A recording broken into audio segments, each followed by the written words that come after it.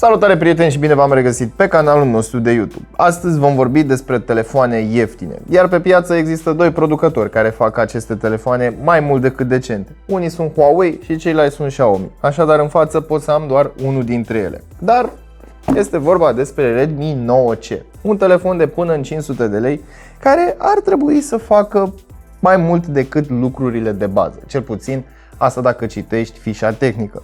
Însă noi suntem aici ca să le testăm, așadar hai să vedem ce găsim în cutie, să-i dăm teste sintetice și să vedem dacă este Xiaomi în stare sau nu să-și păstreze promisiunea pe care a avut-o cu Redmi 8A, Redmi 9A.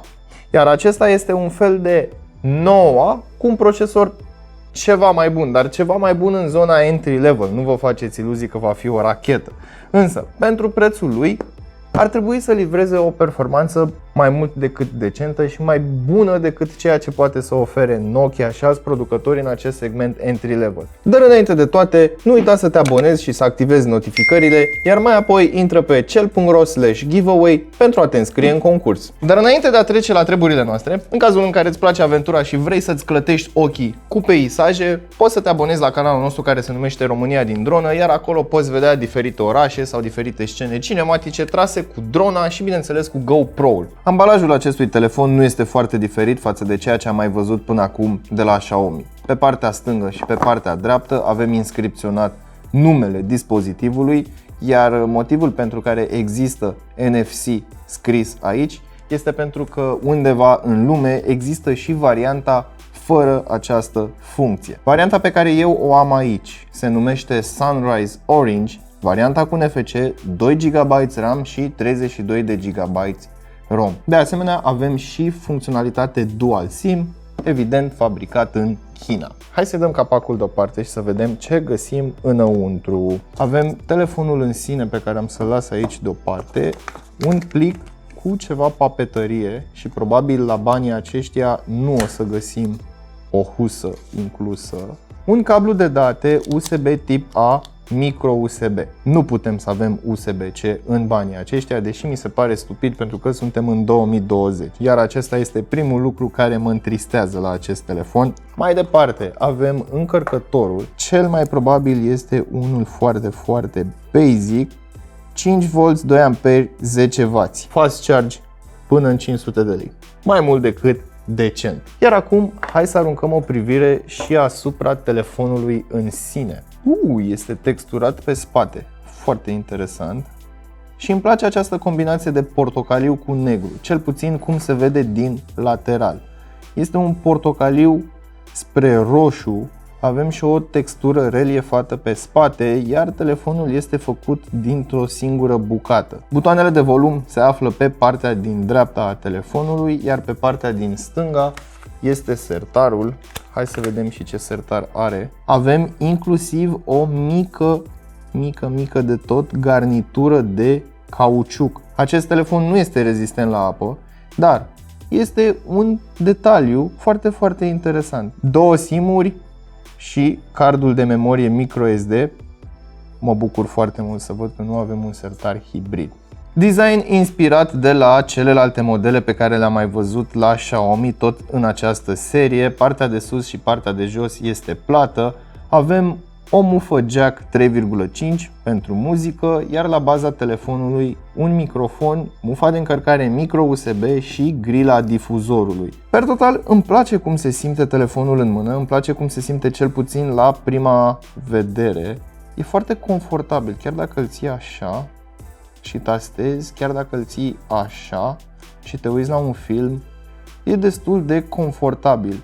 Iar această textură îți oferă puțină de tot aderență. Pe partea din spate avem un senzor de amprentă capacitiv, un senzor clasic și îl vom testa în momentele ce urmează. Avem 2 camere, nu 4 camere, iar aici este o mică păcăleală, să-i spunem așa, deși este mult spus. Este mai mult o opțiune de fabricare sau de alegere a componentelor ca să nu mai cheltuiască bani pe research and development sau să ia alte piese, să le fabrice și să le pună pe acest telefon. Motiv pentru care avem 4 găuri, iar una dintre ele este total acoperită. Plasticul din mijloc nu este dat la o parte pentru că nu avem nevoie. 2 camere și un blitz. Hai să vedem dacă este capabil să ducă sarcinile de bază la bun sfârșit. Am pornit telefonul, i-am făcut setup-ul inițial și aș vrea să vă arăt de existența câtorva funcții pe care le întâlnim foarte des la telefoane, dar le omitem pentru că ne-am obișnuit cu ele atât de mult. Însă, acest telefon, fiind entry level, le incorporează și el pe acestea. Una dintre ele ar fi Raise to Wake. Iau telefonul de pe o suprafață și ecranul se aprinde. Dar, după cum ați putut observa, mișcarea sau gestul pe care eu l-am făcut a fost destul de exagerat. Adică, dacă ar fi să fie într-un caz real să-l iei de aici și să începi să-l butonezi, poți observa că ecranul are ceva delay. Înainte să vorbim despre procesor, ecran și celelalte componente, hai să testăm senzorul de amprentă. 3, 2, 1 și s-a deblocat. 3, 2, 1 și s-a deblocat. Îmi place foarte mult să văd acest lucru pe acest telefon. În primul și în primul rând avem o rezoluție HD+, mai precis 1600 pe 700 de pixeli, ceea ce este destul de puțin.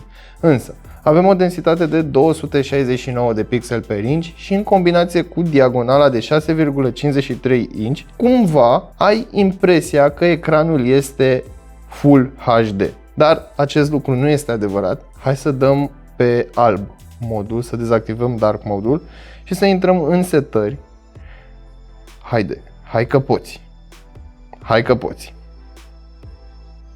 S-a intimidat telefonul și cei 2 GB RAM se văd deja că nu sunt suficienți pentru acest sistem de operare. Bun, deci am intrat în setări ca să puteți să observați textul destul de mic în raport cu șablonul ecranului sau layout-ul ecranului, unde putem observa că nu avem iconițe și pixeli vizibili, cel puțin de la distanța normală de utilizare a unui telefon mobil. Acuratețea nu este extraordinar de mare, însă dacă mergem în display, color scheme, avem modul auto, saturat și standard. De asemenea, dacă apăsăm pe modul auto, putem selecta o temperatură custom de culoare. Mergem mai departe către sistemul de operare.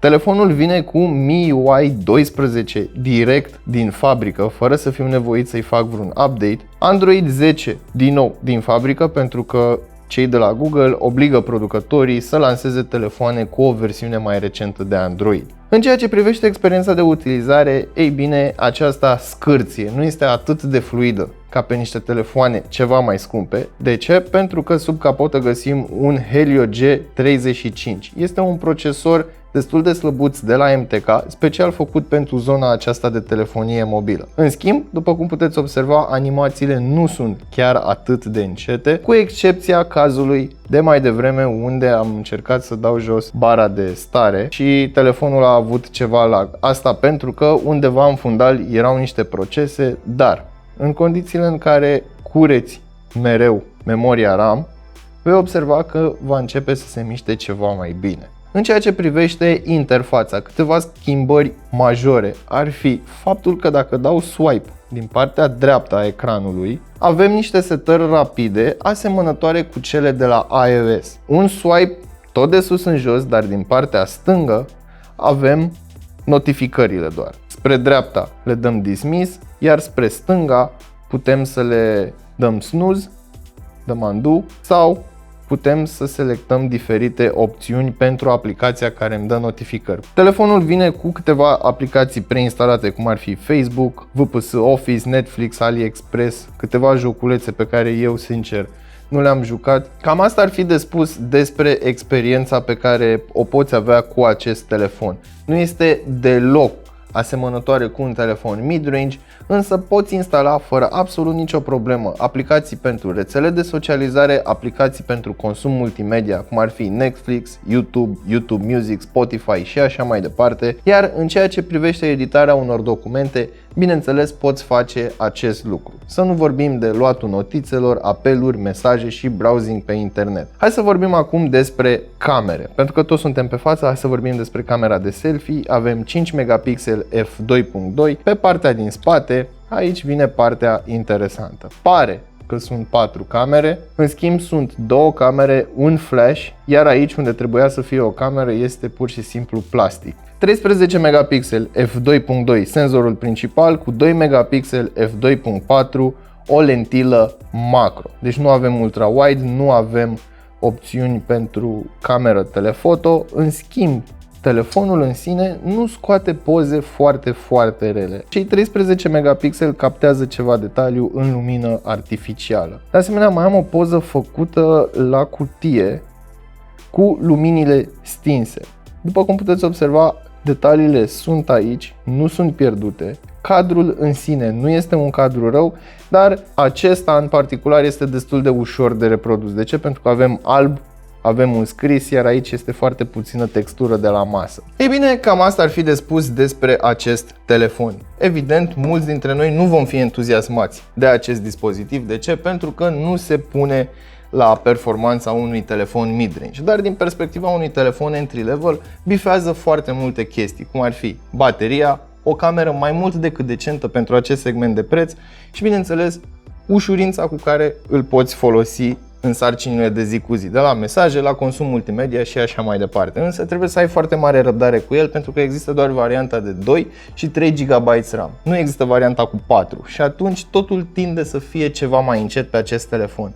Însă, pentru persoanele care nu au un buget atât de mare să achiziționeze un terminal mobil mai scump sau să facă parte din segmentul mid-range, cumva este o variantă destul de viabilă din punctul meu de vedere. Avem și NFC, putem plăti cu cardul, radio, plus că are o culoare foarte interesantă. Sincer, aș vrea să văd și telefoane mid-range sau flagship cu finisajul acesta. De ce nu? Pentru că m-am cam plictisit de gri, negru, roșu siclam și așa mai departe. Bun. Până data viitoare știți ce aveți de făcut, nu uitați să verificați descrierea pentru lucruri utile și prețuri actualizate și dați-vă cu părerea despre acest telefon în secțiunea de comentarii de mai jos.